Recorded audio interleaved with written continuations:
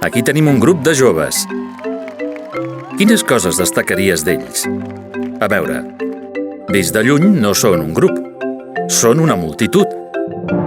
Més d'1 milió. Semblen molt alegres i venen de molts països, de tot el món.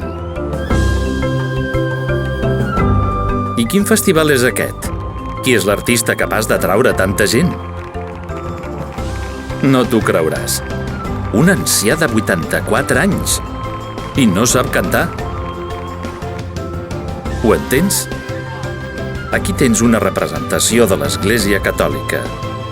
Alguns cardenals, bisbes, bastants sacerdots i una immensa majoria de laics. L'Església és sempre jove, encara que té més de 2.000 anys. És universal. Abraça gent de totes les races, llengües i cultures. Molt variats, però units, com una immensa família. Amb el mateix pare. Benedicto! Benedicto! Que per què l'estimen tant?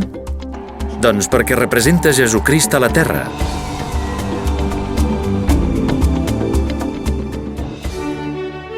El papa és el successor de Pere. Saps qui va ser Sant Pere? Era pescador i Jesús el va cridar per ser un dels 12 apòstols. Precisament aquell que va elegir per ser cap de la seva església. Ell va ser el primer papa. No t'intriga com d'aquell insignificant grup de 12 han sorgit els més de 1.100 milions de catòlics actuals? Sospites què ha passat en aquests 2.000 anys que van des de Sant Pere fins al papa actual?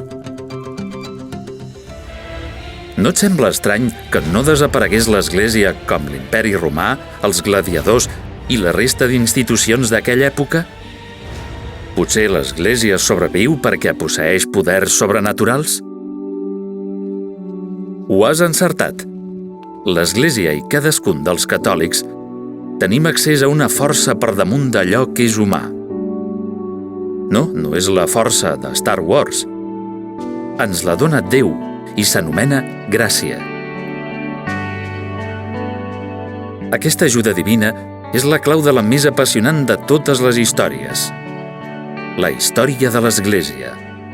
En ella hi trobaràs persones amb totes les passions i baixeses humanes, però també amb totes les virtuts fins a graus heroics. Hi trobaràs personalitats gegantines com la de Sant Pau, Sant Agustí o Joan Pau II, i altres de molt corrents com tu i jo. En aquesta història hi ha fets visibles i misteris invisibles. Sabies, per exemple, que la majoria dels membres de l'Església viuen, però no en aquest món? Has sentit a parlar de la comunió dels sants entre fidels vius i difunts? Et sorprendràs si estudies aquesta història. Hi trobaràs grans epopeies, drames, persecucions, traïcions, conversions, fets extraordinaris. En resum, una mica com aquella vigília de la Jornada Mundial de la Joventut, un sol esplèndid, vendaval, tempesta, de nou calma i alegria. Estimats joves, hem viscut una aventura junts. Vols conèixer el millor de l'aventura del cristianisme? A les unitats següents ho tens molt ben explicat.